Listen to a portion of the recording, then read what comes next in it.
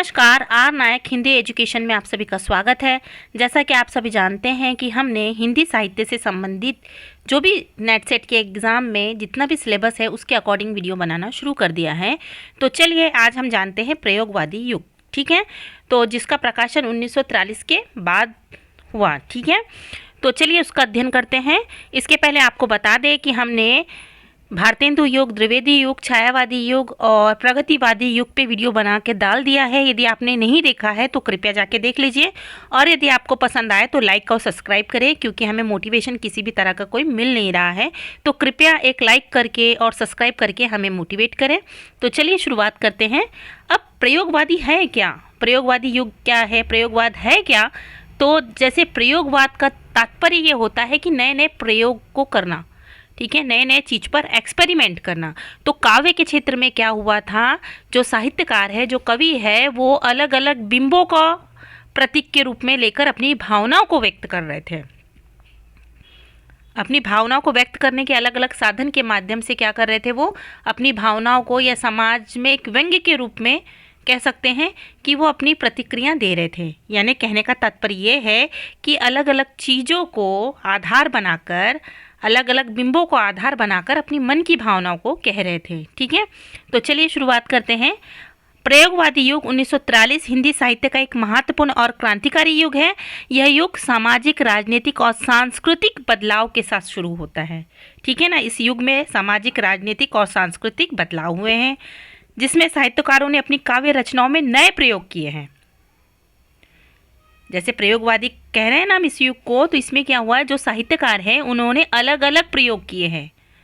इस युग में साहित्य में परंपराओं को चुनौती दी गई है और साथ में ही नए रूप, शैली और विषयों का चयन किया गया है।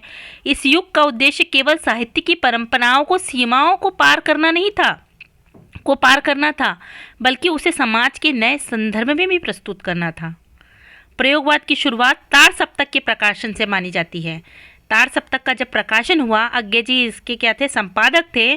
तो उन्होंने 7 कवियों के समूह को लिया और उसके आधार पर जितने जो 7 कवि थे, वो कवियों ने अलग अलग प्रतीकों को, बिंबों को प्रयोग करके अपनी कविता का आधार बनाया और नए विचार, नए दृष्टिकोण समाज को प्रस्तुत किए। ठीक है,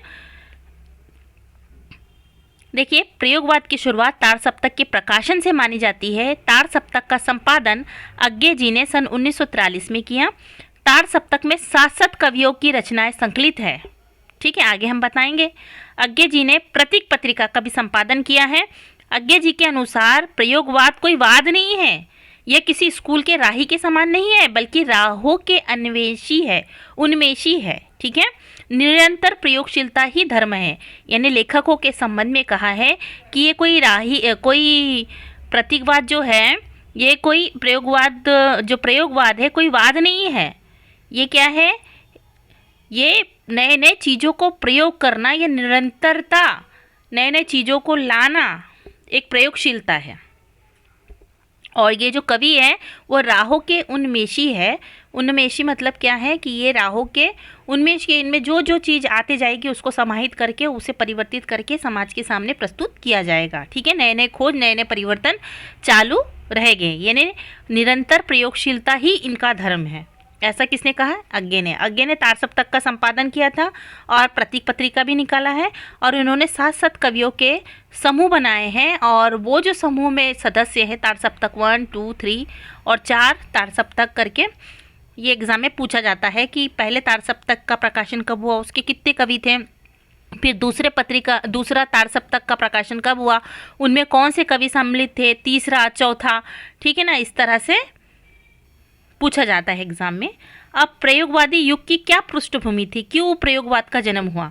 तो देखो, प्रगतिवाद और छायावाद के विरोध में प्रयोगवाद का जन्म हुआ। छायावाद में कोरी भावुकता थी, जबकि प्रगतिवाद में शुक्ल सामाजिकता थी। प्रयोगवाद का मूल आधार व्यक्तिकता था। प्रयोगवाद का मूल आधार क्या है? व्यक्ति खुद था, कि वो अपने हिसाब से और अपने हिसाब से समाज को देखे, अलग अलग चीज़ों का, अलग अलग बिंबों का प्रयोग करके समाज को नई दृष्टिकोण दे। प्रयोगवादी कविता में मध्यवर्गीय समाज का चित्रण प्रमुखता से किया गया है, ठीक है, क्योंकि छायावाद में केवल निजी सुख, अनुभूति, रहस्यवाद इसको ही प्रधानता दी जा रही थी। प्रगतिवाद में भी शुक्ल सामाजिकता ही थी, परंतु प्रयोगवाद का मूल आधार जो था वैयक्तिकता थी और उसके आधार पर समाज और जो भी है सारी क्रांतिकारी गतिविधियाँ भी थी, जो भी था मन की भावनाओं को, अपनी पीड़ाओं को और समाज के दुख को अलग अलग बिंबों के माध्यम से प्रयोग किया जा रहा था। अब देखें स्वतंत्रता प्राप्ति और उसके बाद में परिवर्तन। हाँ, स्वतंत्रता हमें प्राप्त हो गई थी, परंतु उसके बाद हमारे देश में सामाजिक आर्थिक बदलाव हुए, सामाजिक सांस्कृतिक बदलाव हुए और उसका प्रभाव भी साहित्य पड़ा। उसका प्रभाव भी क्या पड़ा? साहित्य पर पड़ा। नई सोच और नए विचारों का प्रभाव हुआ, जिससे साहित्य में नए रूप, नए विचार, नई शैली और नए नए प्रयोग का आविष्कार हुआ। नई श्रृंगारिक काव्यधारा का उदय हुआ। इस युग में कविता में संवेदनशीलता, भिन्न दृष्टिकोण और नई श्रृंगारिक प्रयोगों की शुरुआत होने लगी। यह युग सामाजिक और व्यक्तिगत दोनों स्तरों पर बदलाव की ओर इशारा कर रहा था, ठीक है। वैज्ञानिक दृष्टिकोण और नयापन। देखिए ये जो प्रयोगवाद है ना, इसमें वैज्ञानिक दृष्टिकोण को अपनाया गया था जो बिल्कुल नया था। इस युग में वैज्ञानिक दृष्टिकोण, बौद्धिक क्रांति और नए सामाजिक मान्यताओं का प्रभाव था। इसके अंतर्गत साहित्यकारों ने नए विचारों, शैली और काव्य की रूपरेखा का अनुसरण किया, ठीक है। अब देखिए प्रयोगवादी युग की क्या विशेषता थी, ठीक है, क्या विशेषता थी। प्रयोगवादी युग की बात कर रहे हैं हम, तो उसकी क्या क्या विशेषता थी। तो नई भाषा और नई शैली का प्रयोग किया था। जितने भी प्रयोगवादी जो साहित्य लिखा जा रहा था या प्रयोगवादी कवि थे, उन्होंने नई भाषा और नई शैली का प्रयोग किया, अलग अलग बिंबों का इस्तेमाल किया, प्रतीकों का इस्तेमाल किया और नई नई शैलियों का इस्तेमाल किया, जिसमें फैंटेसी का भी प्रयोग किया जाने लगा। फैंटेसी का तात्पर्य होता है कि कल्पना करना, ठीक है ना। हर प्रकार की वर्णनात्मक शैली वगैरह जो भी है उन सब का समावेश इस युग में हुआ। खड़ी बोली में नए नए प्रयोग होने लगे। इसमें कविता के पारंपरिक ढांचे को चुनौती दी गई। उदाहरण के तौर पे हम बता सकते हैं कि जैसे देखिए प्रयोगवाद किसे कहा जाता है कि नए नए चीज़ों का प्रयोग करके अपने मन की भावनाओं को व्यक्त करना। तो उदाहरण के तौर पे देख लेते हैं कि पेड़ अब बूढ़ा हो चुका है, अब कोई चिड़िया डाल पर नहीं आती। इसका मतलब क्या? पेड़ बूढ़ा हो गया, अब डाल पे चिड़िया नहीं आती। इसका मतलब क्या है कि कवि ये कहना चाहता है कि अब वो बूढ़ा हो चुका है, उसके जवानी के दिन चले गए हैं। जिस तरह से पहले युवतियाँ उसके पास आती थी, लड़कियाँ उसके पास आती थी, पर अब वो बूढ़ा हो चुका है तो कोई भी लड़की, कोई भी युवती उसके पास नहीं आती है, वो अकेलापन महसूस कर रहा है, ठीक है। तो इसमें अलग प्रयोग हुआ। किसका प्रयोग हुआ? पेड़ का प्रयोग हुआ। पेड़ और चिड़िया का एग्जाम्पल लेकर हमें समझाया गया है, यानी पेड़ और चिड़िया का उदाहरण या पेड़ और चिड़िया का प्रयोग कर कर कविता में जान फूंकने की कोशिश की गई है या अपने मन की भावनाओं को पेड़ और चिड़िया के माध्यम से व्यक्त की गई है। तो इसे ही प्रयोगवाद कहा जाता है कि अलग अलग चीज़ों का प्रयोग करो और अपने मन के भाव को रखो। बादल रो रहा है, बादल हंस रहा है। देखिए बादल कभी रोता है क्या? बादल कभी हंसता है? व्यक्ति जैसा महसूस करेगा, यदि वो दुखी होगा तो वो क्या बोलेगा कि बादल रो रहा है, यदि वो खुश होगा तो बोलेगा बादल हंस रहा है। तो ये व्यक्ति अपने मन की पीड़ा दूसरे बिंबों का प्रयोग करके अपने मन की बात को कह रहा है। तो इसे ही प्रयोगवाद कहा जाता है कि कविता में नए नए चीज़ों का प्रयोग करना, नए नए बिंबों का प्रयोग करना और नए नए उदाहरण का प्रयोग करके अपनी मन की बात को कहना, ठीक है। नवीन विचार और अभिव्यक्ति। लेखकों ने साहित्य के माध्यम से नए विचारों को प्रस्तुत किया। आत्म अन्वेषण, आंतरिक संघर्ष और व्यक्ति के अनुभव पर आधारित रचना इस युग की प्रमुख विशेषता रही है। यानी नए विचार और नई अभिव्यक्ति, चाहे वो किसी भी रूप में हो, अच्छी हो, बुरी हो, ठीक है, या श्रृंगारिक हो या रोमांटिक हो, जो उसके मन में महसूस हो रहा है उस महसूस को वो क्या कर रहा है, दूसरे प्रतीकों का उपयोग करके अपनी मन की भावनाओं को कह रहा है, ठीक है। अव्यक्त रूप और प्रतीकवाद। तो प्रयोगवादी साहित्यकार ने संक्षिप्त, प्रतीकात्मक और चित्रात्मक भाषा का प्रयोग किया है। उनकी कविताएं और रचनाएं अक्सर अस्पष्ट होती हैं, जो पाठक को विचार करने और नए अर्थ निकालने की प्रेरणा देती है। यानी अलग अलग बिंबों का प्रयोग कर रहे हैं, तो खुद जो पाठक उस कविता को पढ़ेगा तो वो पाठक अपने आधार पर उसका अर्थ निकालेगा और उसकी सोच जो होगी वो विकसित होगी। सामाजिक और व्यक्तिगत मुद्दों पर ध्यान ठीक है ना, या सामाजिक विषमता का चित्रण। तो प्रयोगवादी युग में कवि ने समाज, परिवार और व्यक्ति के मुद्दों को प्राथमिकता दी, जैसे समस्याएं, आत्मकथा और आंतरिक विचारधारा को व्यक्त किया गया। ठीक है। नवाचार और क्रांतिकारी दृष्टिकोण। यह युग साहित्य में बदलाव और नवाचार का था। कवियों ने नए रूपों में, नए विषयों पर रचनाएं की। कवि ने अभिव्यक्ति की परंपरा, शैलियों को छोड़कर नई दिशाओं में साहित्य की यात्रा की। यानी जो पहले पुरानी पारंपरिक कविताओं की जो परंपरा चली आ रही थी, उससे हटकर कवियों ने अपनी अभिव्यक्ति, पारंपरिक शैली छोड़कर अपने हिसाब से नई शैली में लिखने की शुरुआत की। युद्ध विषमता का चित्रण इनकी कविताओं में मिलता है ना। प्रयोगवादी युग के जितने भी कवि थे, उस समय जो युद्ध हो रहा था उसकी विषमताओं का भी चित्रण किया है। आर्थिक विषमताओं का चित्रण किया, यौन कुंठाओं का चित्रण किया है, शहरी जीवन की विविधताओं का चित्रण किया, संघर्षशील जीवन का चित्रण किया है, सांस्कृतिक चेतना का विकास किस तरह से होना चाहिए, तो उन सब का भी अपनी कविताओं का आधार बनाया या अपने कविताओं का विषय बनाया, और उसमें नए नए चीज़ों का या नए नए बिंबों का या नए नए प्रतीकों का इस्तेमाल करके अपने मन की भावनाओं को लिखा। देखो, प्रयोगवादी युग के प्रमुख साहित्यकार कौन से हैं? तो मैंने बताया ना कि तार सप्तक से प्रयोगवाद का जनक माना जाता है, या तार सप्तक से प्रयोगवाद का जन्म हुआ, ऐसा कह सकते हैं। और आगे इसके प्रमुख व्यक्ति माने जाते हैं क्योंकि वो उसके संपादक थे। ठीक है। तो पहला तार सप्तक के 4 प्रकाशन हुए हैं। जो तार सप्तक थे उसके 4 प्रकाशन हुए। तो पहला जो तार सप्तक था 1943 में स्टार्ट हुआ। ठीक है, शुरुआत हुई उसकी, जिसके प्रमुख कवि थे नेमीचंद जैन, गजानन माधव मुक्तिबोध, भारत भूषण अग्रवाल, प्रभाकर माचवे, गिरजा कुमार माथुर, रामविलास शर्मा और अज्ञे। ठीक है, ये पहला तार सप्तक था। तो इनके प्रमुख कवि ये 7 कवि थे। फिर दूसरा तार सप्तक प्रकाशित हुआ जो 1951 में था। तो जिसके प्रमुख कवि कौन थे? भवानी प्रसाद मिश्र, शकुंतला माथुर है, हरिनारायण व्यास है, शमशेर बहादुर है, नरेश मेहता, रघुवीर साय, धर्मवीर भारती। फिर तीसरा सप्तक प्रकाशित हुआ जो 1959 में हुआ था।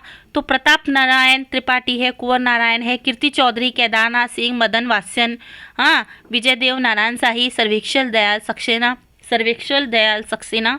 ठीक है। और चौथा तार सप्तक जो था वो 1981 में प्रकाशित हुआ।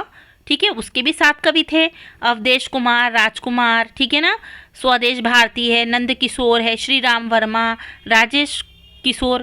तो ये सारे जो तार सप्तक थे, 4 तार सप्तकों का प्रकाशन हुआ, और उसके बाद प्रयोगवाद नाम दिया। और फिर प्रयोगवाद के बाद क्या हुआ? नई कहानी का आविष्कार हुआ।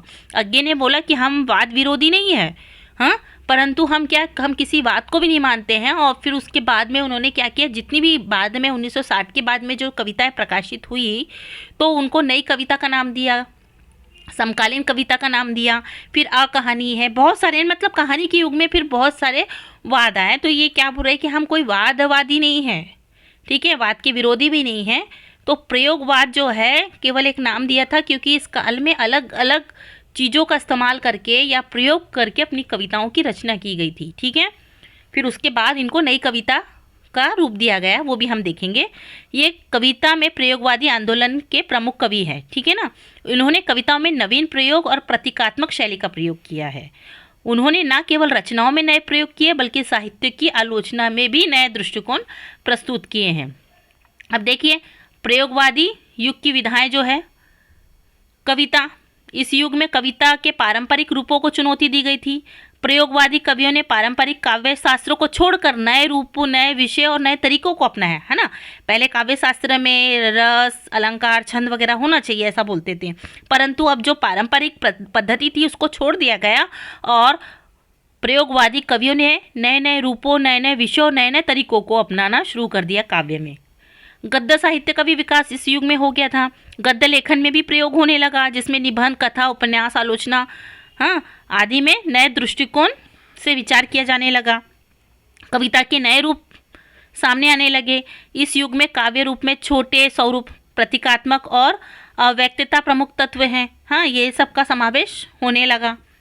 प्रयोगवादी युग का महत्व। अब देखिए, प्रयोगवादी युग का क्या महत्व है? तो साहित्य में क्रांतिकारी परिवर्तन हुए हैं। प्रयोगवादी युग ने साहित्य में क्रांति का आगाज किया। जिसमें नए रूपों, नए शैलियों, नए विषयों को स्थान मिला। इस युग ने साहित्य को नई दिशा देने के साथ साथ विचारशीलता और आंतरिकता को भी प्रकट किया। सामाजिक और व्यक्तिगत मुद्दों पर ध्यान दिया गया। अत्याधुनिक और नयापन था, क्योंकि नए नए चीज़ों का प्रयोग होने लगा, तो ये एक बिल्कुल नया दृष्टिकोण था। प्रयोगवादी युग में साहित्य के भीतर अत्याधुनिक दृष्टिकोण को नयापन लाकर उसे जनमानस के लिए और अधिक सुलभ बना दिया गया। निष्कर्ष के तौर पे बोल सकते हैं कि प्रयोगवादी युग हिंदी साहित्य के इतिहास में एक नए अध्याय की शुरुआत की थी, जिसमें साहित्यकारों ने पारंपरिकता को तोड़कर और नए नए क्या किए, पारंपरिकता को तोड़कर नए नए प्रयोगों का प्रयोग किया।